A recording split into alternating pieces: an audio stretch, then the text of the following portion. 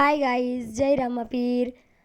આજે આપણે આપણા ઘરે આવી ગયા છે મહેમાન. માસીની છોકરીઓ. મમ્મીએ કીધું ફટાફટ પાણીપુરી બનાવી દઈએ. આપણે બનાવી દીધી છે પાણીપુરી અને બધા જો જમવા બેસી ગયા છે. પાણીપુરી ભાઈ, મમ્મી, પપ્પા, માસી, બેન બધા. આ બધા છે ને ચોમાસામાં પલળ્યા હતા એટલે બધા જો ગાઉન પહેરીને બેઠા છે. જો હે ને, કેમ કે એ લોકો છે ને કપડાં લઈને નથી આવે, બહાર આવ્યા છે ને તો પણ જો કેવા લાગે છે. અને પછી બધા શાંતિથી ખાઈ રહ્યા છે પાણીપુરી. અને આ છે આપણો ભાણિયો મંત્ર. આ છે ને જો ભાઈ એટલો મસ્તીખોર છે ને. જો પાણીપુરી કેવી રીતે ખાય છે. હાય મંત્ર.